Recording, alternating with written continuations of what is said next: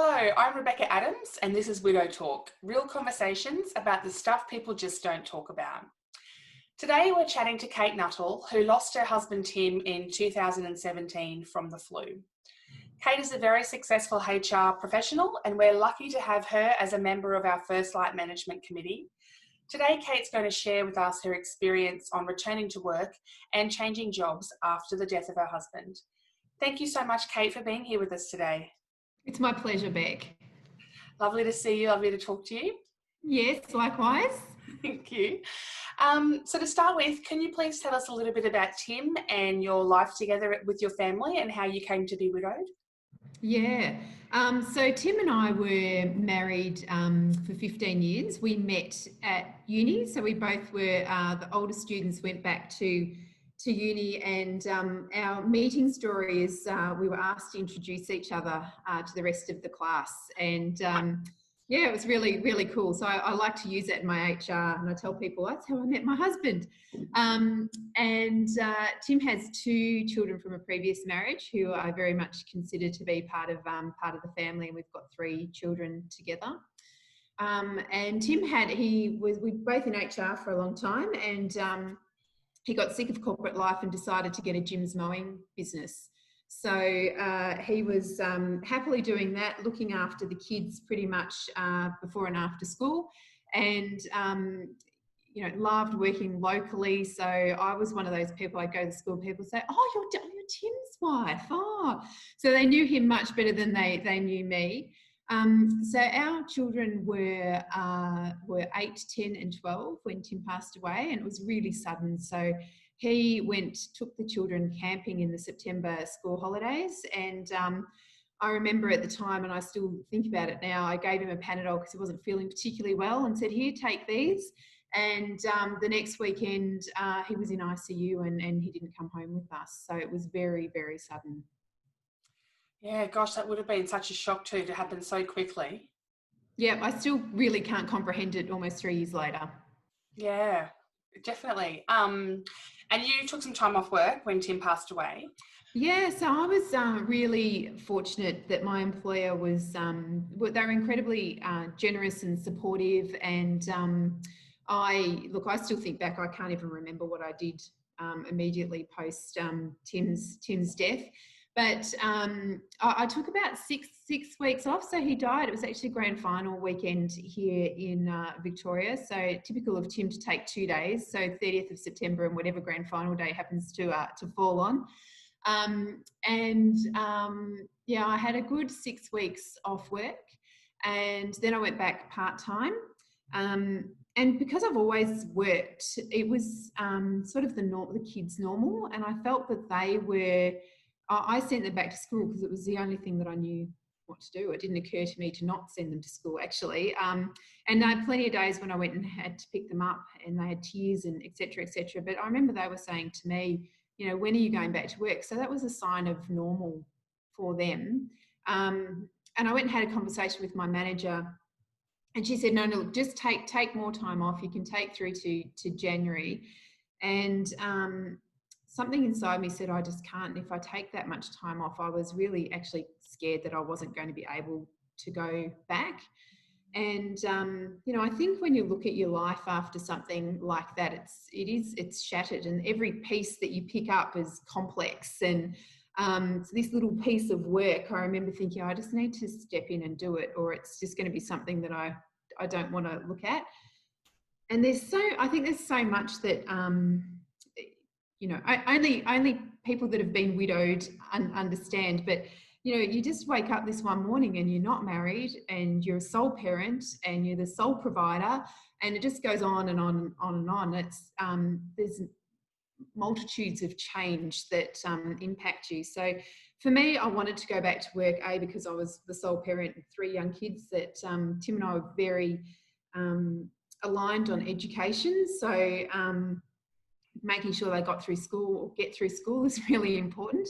And for me, I didn't know how to not work either. So I did want to go back. I was lucky with the support that I got. And I remember I was quite pushy about going back part-time. And it was because I wanted to get all of those conversations over and done with. And I think in some ways the timing wasn't too bad. So I went back on Melbourne Cup weekend and worked part-time through to the Christmas break.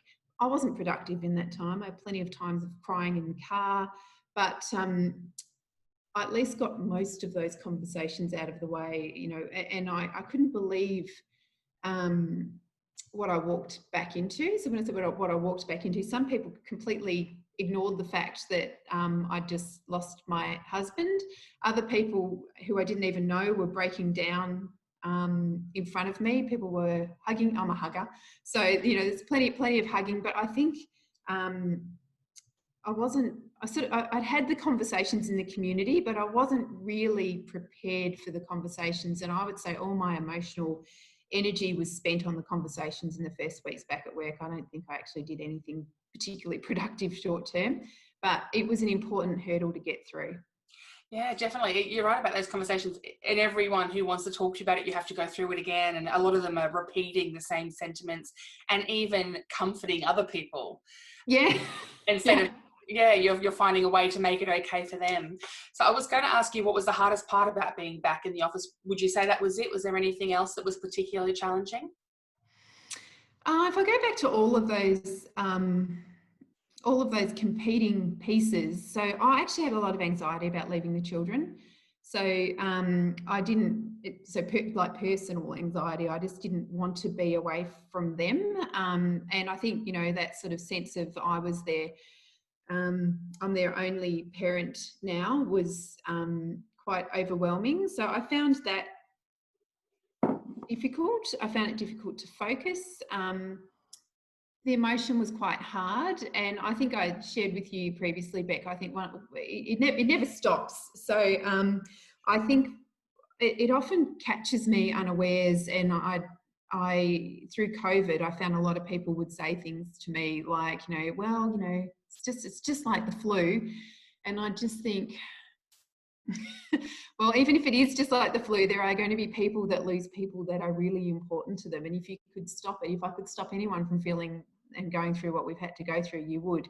So, but in those moments, it's like I just lose a little gap in time because I catch my breath and it brings me right back to, you know, flu. And I think particularly with COVID, when people are talking a lot about flu-like symptoms and, you know, I've had lots of moments of emotions. So I think emotion is probably the hardest piece, but it's not knowing when it's going to get you.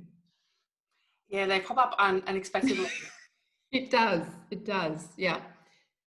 I'm sure someone saying a throwaway line, you know, and we all know that COVID was so scary when it first came out, and people would say things like, oh, it's just like the flu, to kind of talk it down, like it's not actually that serious. But obviously, you know all too well firsthand how serious the flu is. So it's that would almost be like belittling the experience you'd had. Yeah, and I know people don't mean it, and this is part of the reason why I wanted to go back, because I sort of just wanted to build my resilience up around having the conversations and thinking about what are some of the responses that I want to say. And I think I've got much better now in either not engaging or not engaging. So just depending on where I'm at. I've also, you know, as I said, I've had tears at work, and I think being in HR, it's not a bad thing to have emotion, but at the same time, people come to me for emotional support as well. So, you know, I've had plenty of times I've gone for a walk and had a bit of a cry, or sat in the car and had a bit of a cry. And you know, as I said, you just never really know when it's going to creep up on you and hit you. But I think having a couple of go-to phrases is really important, and being okay with managing your own energy is really important. So as I said, I've got much better at that. And in fact, when I've recently started a new job, and I led with my role in the membership committee was helpful, because I used that as a, you know, what do I do with some of my spare time story, just to, I guess, make people aware of what had happened, and not to not talk about it, but just to be able to have that entry into the conversation where I can sort of navigate through it a little bit easier, rather than me always being caught by surprise. Well, that's actually another question I had for you. The fact that you did change jobs since Tim's passed away. So you had to enter a whole new workforce and meet a whole new team of people, and navigating those questions. I actually started a new job myself 4 weeks after Dan passed away with a whole new team of people. And I'd asked my new manager, can you please let people know ahead of time? At 4 weeks, it was very raw for me, and I didn't want to be doing all those conversations with strangers about, oh, you know, are you married? What does your husband do? And unfortunately, what I had hoped would happen didn't actually pan out. So when I started that day, I walked into, a team of 50 people and had to have many conversations of, I'm widowed. Not that it comes always at the start of the conversation, but it sneaks out over periods of weeks and months.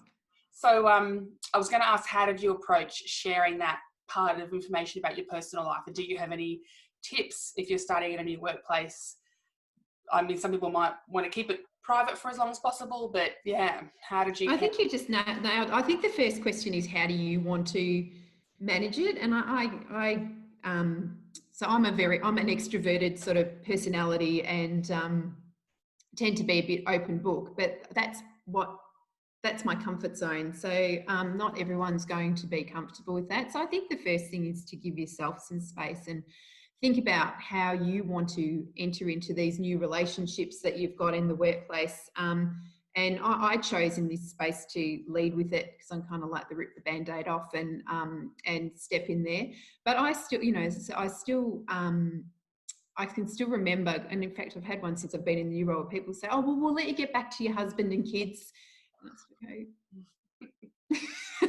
And I find, I think it's natural for all of us too, that you sort of want to protect them. I'm better at talking about my own emotions, and I worry now about how other people are going to respond. So I chose to lead in with it, with this new role. And in fact, there was a number of reasons that I did it. So my last role, I traveled a lot. I was working, in fact, I had an hour's commute each way. I had a lot of interstate and overseas travel, and it was just getting too hard to be everything to everyone. So this role gives me a little more balance. I'm still doing what I love, but it was really important to me that I put some boundaries in place and that people understood that, this is the reason why I'm a sole parent, and I need to be able to spend time with my children, and I need to be able to go to the parent-teacher interviews. And so I just felt leading with that and putting some boundaries in place early was better for me at this point in my life. And as they're still young, so we've got the netballs and we've got the parties and we've got all of that, which pulls on all of our time and resources. And I didn't want to overcommit and underdeliver, if you like, at work. So I thought it was much easier to go in and set boundaries. And in some ways, COVID's been helpful with that, with working from home and more flexible working. But, it's also shifted my thinking as a HR person just around what people are carrying with them into work. There's days where I can't stop thinking about the bloody shopping list or reminding myself to pick the children up. And I have forgotten to do things like that as well. So I think widow brain is a real thing. And I've found writing lists incredibly helpful for both at work, at home. And I've got no such thing as a work list and a home list. If I were to look down at the paper in front of me, well, it's got things like tasks I need to do for work. It will also have things like, pick Angus up. There's important ones that probably should be on the list. And obviously when you went back to work, it was your choice to go back. But for many people, we have to go back before we're ready for financial reasons, or, we just can't take any further leave. And you mentioned you went back part-time. Did your employer work with you in any other ways to help ease you back into the workplace? Yeah, great question. Because I think having been through it now, there's things that I would say to people that you should put in place or ask for as well. So I just think that, the 5 days of bereavement leave is just ridiculous. So, for me, that wouldn't have been enough to even get me through to the funeral. So I was really lucky. I worked for one of the big 4 banks at the time. So, they had a lot of resources, but I know a lot of much, people either working for themselves or smaller companies. So I think you've just got to be able to draw on resources, and one of them is your GP. So I think if you don't have access to leave, working with your GP and getting a mental health plan and taking the time that you need, whether it is immediately after a loss or whether it's those 2 or 3 years down the track. So I find Tim's birthday and his anniversary incredibly emotional, and I've learnt to take that time off. So I'm quite happy to go to the GP and get myself a doctor's certificate for that day. I find it, most of my employers have been pretty good and not sort of been too hard on the certification side of things, but it's a good practice, I think, for me as well, to go and just talk about where I'm at. So I do think making sure that you look after your own mental health is incredibly important. And I think I've shared with you too, I worked in the airline industry for a really long time, and people would say to me, you need to put your own oxygen mask on first before you can put it on others. And it's so true. It's so true. So I think I think there's a misconception around, well, you just get through those 6 weeks and then you're right, you're back. And I often think people treat you like that too in the workplace. Like, what's she going on about? Like, it happened 3 years ago. She should be over it now. And you're not. and even, now I have some days where I think I just can't do today. Just can't do it. So I think recognizing that, and if you, if you are a career person, you have to manage your own reputation and brand too. And I think being kind to yourself and staying away from others on some days is the best thing that you can do. And then I think if you have got small businesses, or if you are in a much smaller organisation, even if there's sometimes the your health care providers, or again your local doctors, but they're Beyond Blue, there's lots of places that you can go to for some resources just to get that self-nourishment, and then working through the practicalities. So, and I also know not everyone's got family that can step in and help out. So using your networks. And I wouldn't have thought that I had a community network, because as I said, I worked a lot. I didn't really know many of the mums at the school. I didn't know anyone at the cricket club or the footy club where, the kids played. But my goodness, it's just amazing how people opened up and stepped in and helped me. And I think some of that was because I was open to it. I had to learn to say yes and not feel, I don't know whether I felt guilty. I felt something that I can't quite, I don't know whether it was I'm not coping if I ask for help, or I just wasn't brought up to ask for help. So I actually found it quite difficult to say to people, yeah, okay, thank you, step in, help me, take it away. And it's another thing that I just check in on myself regularly around, have I got too much? Have I said yes to too many things? And what's the least most important thing that I'm doing, and let it go. Yeah, but I'm still practicing it, Beck. I wouldn't say I've mastered it at all. But I think, sorry to be a bit more succinct in answering your questions, the first thing you've got to do is look after you. So I would say, so maybe it's some short-term pain around taking some leave or disengaging with some activities, just to get yourself in a space where you feel stronger and you can manage, and pull those resources in that are around you, because it's just so important to look after yourself. Yeah, that's really good advice. You mentioned about asking for help, and that is hard, even accepting help when it's offered. Obviously a busy mum with a demanding job. How did you balance all your responsibilities? Did you have any outside help at home?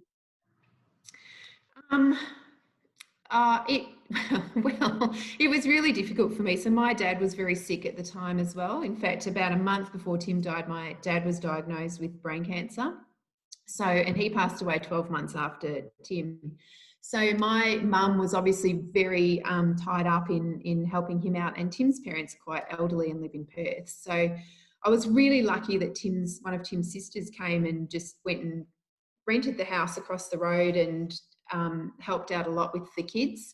I look back and think, well, gosh, I did need the community, and some people just stepped in, and to a degree I just went along with it because I couldn't function really. And I can remember, you know, I still think back. I actually don't know in the first days, Beck, how it happened. People picked the kids up and they got ferried around. They went to sport, and I don't know how that happened. I think it's, somehow people just went, we're putting the oxygen mask on her and we're going to help her out. But then over time, I would do things like, so saying no to some things. So I can tell you one of the things that completely freaked me out and caught me off guard was I got an email from one of the local footy clubs saying, this week it's the Nuttall family's turn to do the barbecue. I just, like, I almost stopped breathing. I just remember my shoulders going up and I thought, I can't do it. I cannot do it. And I fired this email off that I since regret, but I fired saying, you know, this is my circumstance, and it's, you know, I felt like saying it's all I can do to actually get him to footy, let alone do the bloody barbecue. I actually went back and said to her the next day, I'm sorry, you didn't know my circumstances, but that just completely freaked me out. And other people were opted to go in and help out. And it was a moment for me where I thought, actually, I just need to front foot it more. And I spoke to the kids too, and I said, look, you know, you can't do everything and have me running around like a mad woman either. Let's work out what we need to do. So I actually set up a whiteboard in the kitchen and plotted out.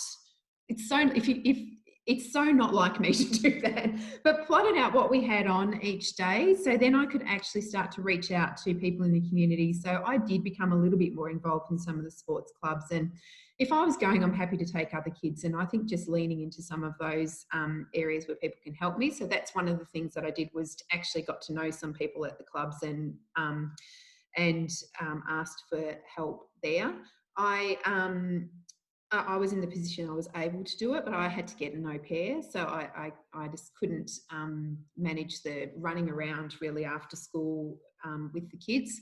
And that was incredibly helpful, but it's weird as well, right? You've got someone you don't know living in your house, and we're au pair free at the moment. So we'll see how that goes after COVID. But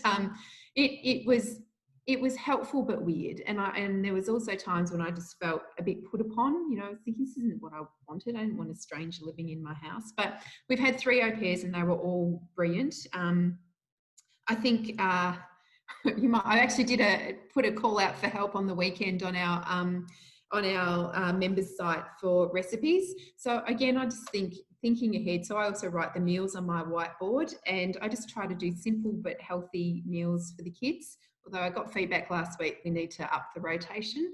And online shopping is my friend. So there's been a lot of little things that I've learnt along the way to, I'm just going to say, you know, outsource or just stop doing. And I've also got a bit better at leaving the kids on their own too. So Ollie, my oldest one, is 16 now. And, you know, I sort of think, actually, I don't need to be hovering over them every second. So just give myself some space as well. Yeah, that's all great ideas. Thank you. Your answers have just been really thorough and really amazing. Just to finish up, I guess, putting your HR hat on, because you do have such an amazing background in HR. So with that experience, to put yourself on the other side of the table, working with managers and employees, if you had any suggestions for people maybe struggling with the idea of going back to work and feeling a bit intimidated about how to approach it or how to talk to their employer. I mean, you've already given so many suggestions, so you might have, you know, drained the tank there, but is there anything else you wanted to share, or any other advice you have for people struggling with the idea about going back or wondering how to navigate that? Yeah, I think maybe 2. So one would be, and I'd say give yourself some time to think through it, but one would be have that conversation with your manager or your HR person, if you're in an organisation that's big enough to have them, around what you want to do. So it may be, so one of the other things I had to do was go back to a role that was a bit smaller than the one that I left. And that was partly because I couldn't manage the objectives that were in the other role. And when I say I couldn't manage it, I wasn't mentally up for it. There is something, I think, for me that shifted around ambition, if you like, around, yeah, I don't need to be, you know, I don't need to be the kingpin here. I just want to go and do good work and work with good people and be at my best. But it requires some thinking about what that means for you. So I would say most organisations sort of set goals every year. So think about what your goals are, and they might need to be a little more tailored to your circumstance. But if you can step in and have that conversation with HR or with your line manager, I reckon they'll be relieved that you've put some thinking around it. And also hold on to the things that you want to do. So it doesn't mean you're any less. It just means you're carrying a little bit more.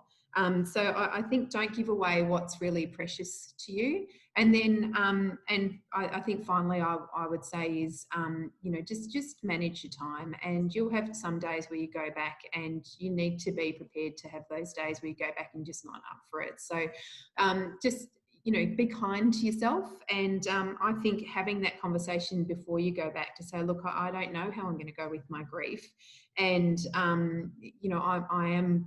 You know, I still got a lot to work through, and I'm mindful that I might not be here 100% of the time. So this is what I want to do. This is what I want to focus on. And utilising your GP and utilising your networks is really important. Flexible work is also really important. So if you can do that, I would say think about what you need and what you want. And I bet you that in most cases, managers and HR people go, oh, thank God, because I didn't know what he or she was going to say to me about that. But they've actually done some thinking, and you know, they'll be. I think, you know, it's a much easier place to start in terms of signing up for how you want to go. That's a good point. They're probably almost dreading how to bring it up with you. So yeah, probably relieved that you're coming to them.